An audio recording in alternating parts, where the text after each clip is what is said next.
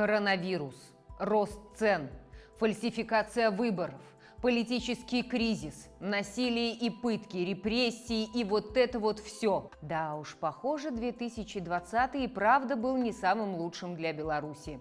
Но было же что-то хорошее. Давайте разбираться.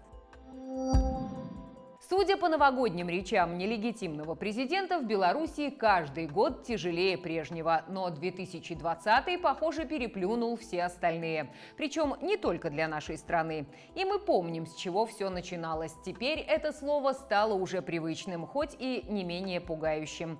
Это, конечно, коронавирус.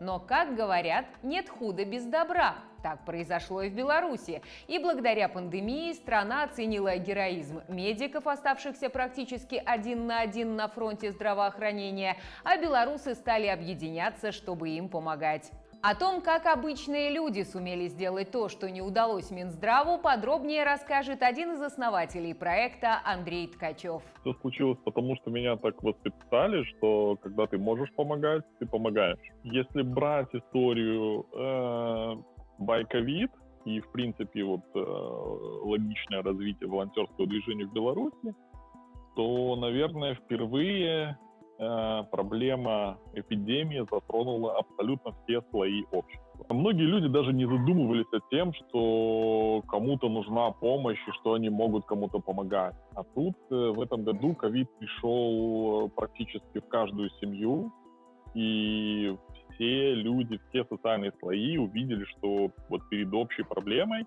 какой бы статус они ни имели, сколько бы денег они ни зарабатывали, чем бы они ни занимались, они перед ковидом все едины.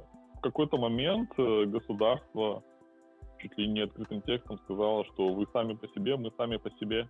Ну и люди поняли, что для того, чтобы, скажем так, выжить, может быть, это грубо будет сказано и преувеличено, но нужно помогать тем людям, которые помогают спасать жизнь.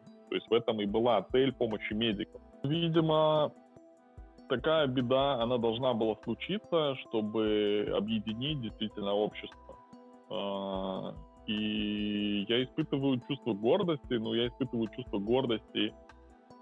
прежде всего за то, что мне удалось поработать с таким количеством замечательных людей и увидеть действительно вот это сплочение белорусского общества, когда удалось впервые, наверное, в истории Беларуси наладить такое взаимодействие гражданского общества, бизнесов и государства. Пригодилась народная солидарность, и в августе объединившихся из-за одной беды белорусов было уже не остановить. И число волонтерских групп росло буквально на глазах, там, где нужна была помощь. Добровольцы до сих пор дежурят под стенами тюрем, помогают родственникам собирать передачи, найти близкого и встречают освобожденных. Андрею, кстати, довелось побывать и в рядах волонтеров, и среди тех, кому понадобилась их помощь. Скажем так, единственным инструментом противодействия этой грубой силе, насилию, беззаконию является человеческая солидарность. То, что долгие годы государство пыталось сделать, это создать видимость, что люди сами по себе, что никому до них нет дела, и что, когда они оказываются в беде, им никто не может помочь. И 2020 год показал, что это не так. Что люди, оказавшись действительно в беде, могут рассчитывать на помощь общества Беларуси, на помощь небезразличных людей.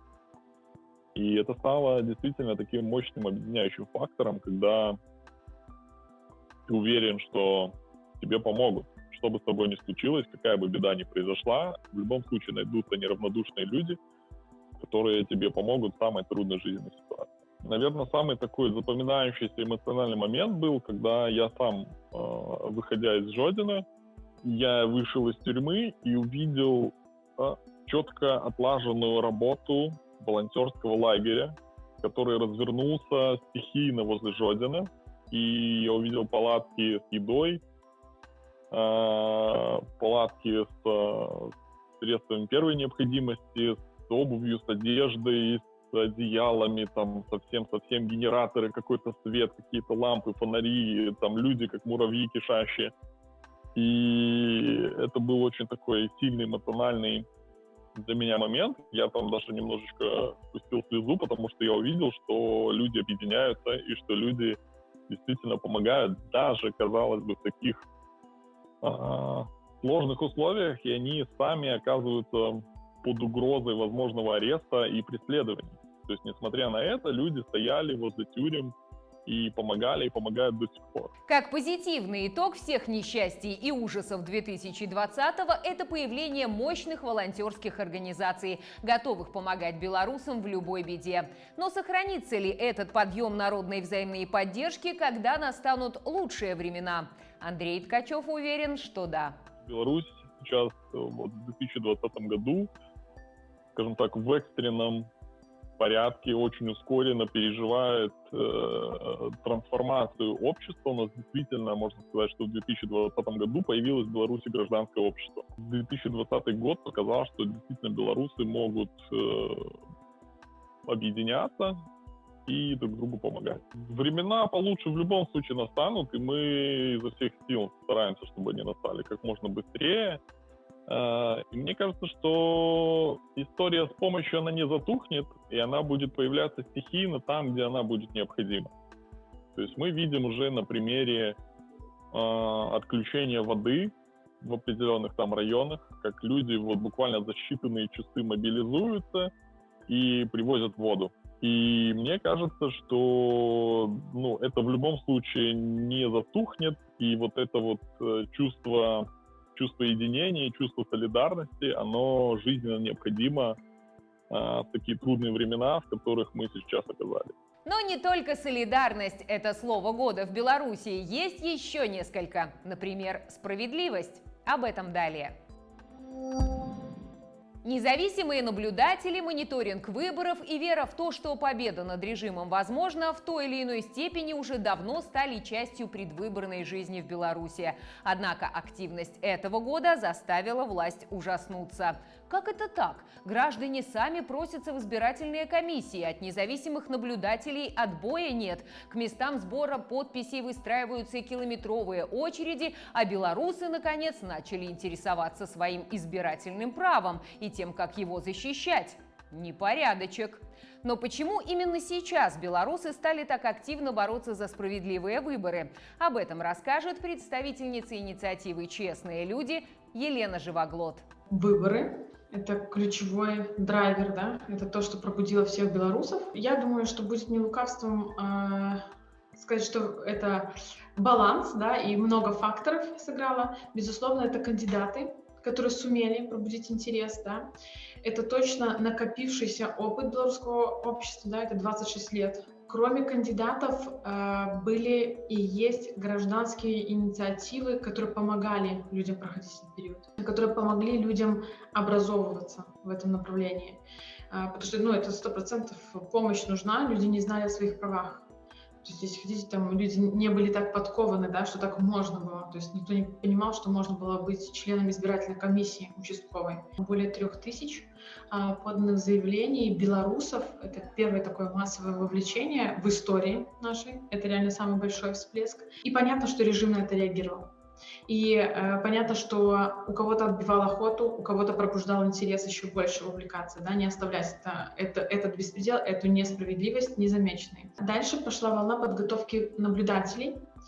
И мы видим тут уже около 10 тысяч людей, которые стали подавать заявления, изучали избирательный кодекс, готовились к этому процессу. Началась подготовка со сворачиванием гармошек, затем как наблюдать, мы помним белые ленты. И этот процесс был с нарастающим, на самом деле, эффектом. Да? То есть не происходило такого, знаете, апатия, расстроились, не имеет смысла. Это реально по нарастающей шло. И дальше, соответственно, пошла неделя выборов. И тут режим тоже наращивает беспредел, и наши граждане наращивают свою инициативу. Да? Мы помним, что наблюдатели увозили прямо с участков, как они наблюдали через окошко, да? И, то есть было и насилие уже на самом деле. И тем не менее наблюдатели не сдавались, они присылали реальные фотографии, они действительно приходили и посменно дежурили на участках.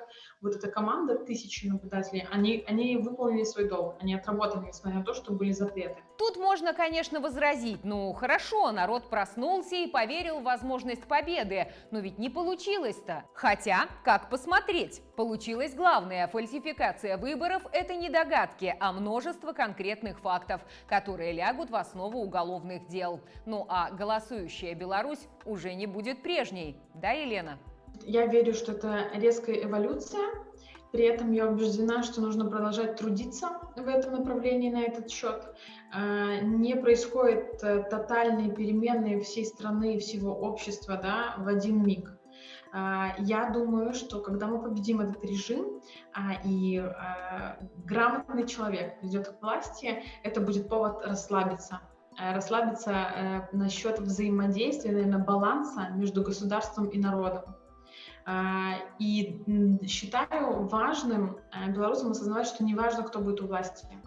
Это режим Лукашенко сейчас, либо это построение новой светлой Беларуси.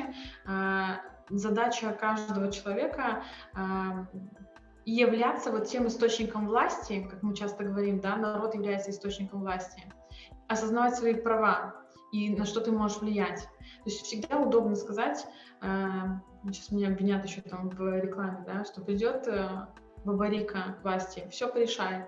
Так не происходит. Вот думаю, что ключевая перемена, которая произошла, что белорусы поняли, что никто не порешает. То есть никто, кроме нас, ничего не порешает. Вот я верю, что эта трансформация произошла, ну а дальше нужно не расслабиться и вот продолжать после свержения режима, да, строить правильный диалог народа и государства, гражданина и государства, народа и власти. От справедливости и солидарности идем дальше к осознанности и свободе. Одним из главных позитивных явлений 2020-го стал настоящий прорыв в медиасознании белорусов. Многие открыли для себя новые источники информации и окончательно разочаровались в телевидении. Стали печатать листовки с правдивыми новостями и разбрасывать их по районам, а некоторые даже развозили тиражи запрещенной к печати свободной прессы по регионам, причем совершенно бесплатно. О том, почему белорусы в ушедшем году как никогда стали ценить свободу слова и бороться за нее, расскажет председатель Белорусской ассоциации журналистов Андрей Бастунец. Судя и по опросам, иногда по каким-то реакциям общества, свобода высказывания, свобода выражения мнения, свобода слова не являются для них важной ценностью. Они где-то находятся внизу вот этого перечня тех ценностей, которые необходимы для человека, что в принципе вполне объяснимо, если вспомнить ту же самую пирамиду Маслоу. И вот сейчас, когда началось очень серьезное давление на журналистов, мы увидели, что граждане, что общество поддерживает нас, поддерживает свободу слова, высказываются в поддержку журналистов. И не просто высказываются, они помогают им работать, они их передают информацию, они впускают, люди впускают журналистов в свои квартиры для того, чтобы либо спрятаться, либо чтобы вести оттуда репортаж. И это очень важно. Мы ощутили, что работа журналистская необходима обществу. Вот я думаю, это было бы первым и главным итогом, положительным итогом этого года для белорусской журналистики. Народная поддержка независимых медиа в 2020-м была такой невероятной, что многие белорусы, далекие от журналистики, помогали организовывать стихийные пресс-центры и даже становились специальными корреспондентами в горячих точках. Работали единым фронтом и журналисты независимых медиа. Я думаю, что самое хорошее в 2020 году журналисты Беларуси сами себе сделали. Это та солидарность, которая была проявлена в первую очередь от самих журналистов. Она была очень важна, потому что такой волны взаимоподдержки журналистов, которые могут работать в конкурирующих изданиях, которые раньше не очень общались, и вдруг они оказались, может быть, вынуждены и в одной камере, или под стенами одной тюрьмы, где сидят их коллеги. И вот эта взаимоподдержка, взаимопомощь, это дорогого стоит. С уважением отнесся и к тому, что многие журналисты государственных медиа, включая тех, от которых это ожидать было очень сложно, в самый тяжелый период отказались обслуживать ложь и ушли и начали работать по-другому, это на самом деле тоже очень важно. Хочется верить, что в новом году все журналисты, ставшие политзаключенными, снова смогут вернуться к работе. А белорусы, познавшие свободу слова в соцсетях, смогут добиться ее и в государственных медиа. Этого нам всем и пожелаю. О высшей цели и национальном пробуждении белорусов в 2020-м напоследок. О том, что белорусы проснулись наконец-то, говорили во всем мире. Но если разобраться, так ли это? Конечно, самые массовые митинги в истории страны, невероятная гражданская активность, бело-красно-белый повсюду – это прекрасно и не может не восхищать. Но ведь это не впервые в истории Беларуси.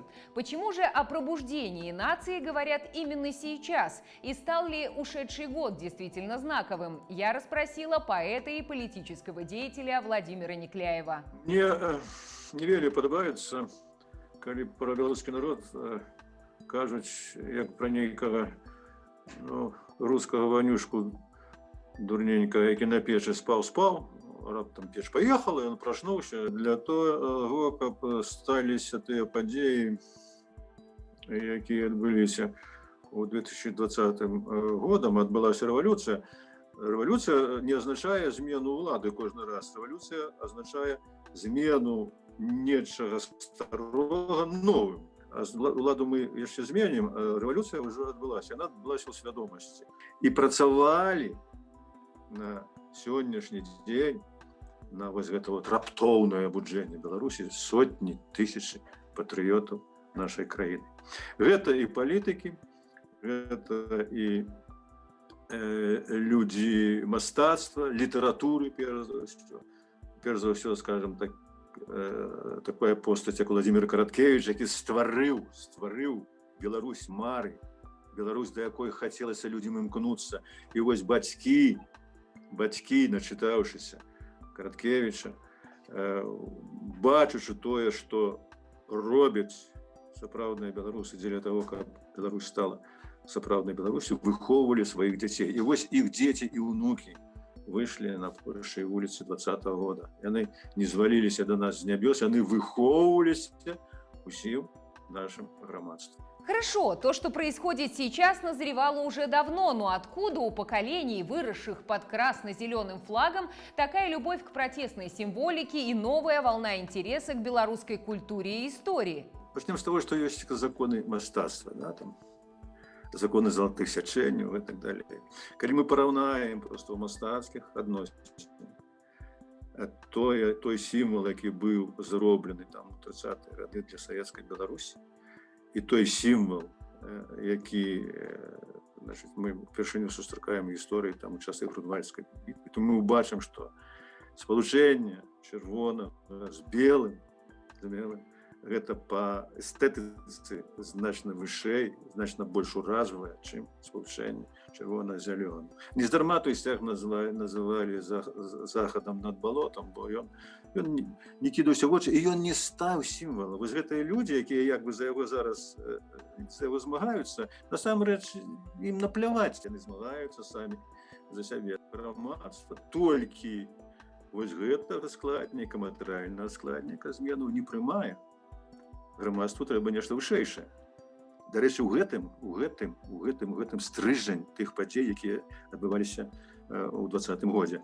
Вышэйшага ідэі патрабавала беларускае грамадства у адрозненне ад тых, хто в гэтым змаганні стаяў на баку уладу, на баку лукашызма. Так што тут непростая выйшла у нас гісторыя з метамарфозамі ў свядомасці грамадства і ў свядомасці особных людей. Так что все-таки было в ушедшем 2020-м для Беларуси немало хорошего. Пусть и катализатором для этого стали не самые лучшие события. А дальше будет только лучше. Правда, Владимир? Давайте я вам скажу одной фразой. Я счастливый, что я до этого дожил.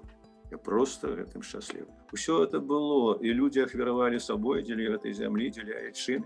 І яны разумелі, што адбываецца. І наша сённяшняя гісторыя як народа, як нацыі значна глыбейшая, чым большасці гэта уяўляецца. У нас асабліва наша нашим суседям, там, расейцам. Ніхто ўжо гэтую волю да свабоды і незалежнасці, да новай Беларусі у народзе беларускім не зламае. І гэта можа доўжыцца значит, год і два, ну, при супрацьдзеянні, скажем, России той же, як, безумоўна, такая беларуская, Беларусь не патрэбная, там по-ранейшаму на этой вар'яцкія мары про узнаўленне рускага свету, узнаўленне расійскай імперыі, але гэта ўжо нельга змяніць. Так што я асабіста ускладваю все надзеі на нас саміх. І яны не беспадстаўныя. Гераізм выяўляе сегодня наш народ. С новым 2021 Беларусь! С новой силой верим, можем и переможем. А лучшим подарком в новом году для нашего проекта станет ваша поддержка в виде подписки, лайка и комментария о том, чем хорошим для вас лично отметился 2020. Счастливого и знакового года!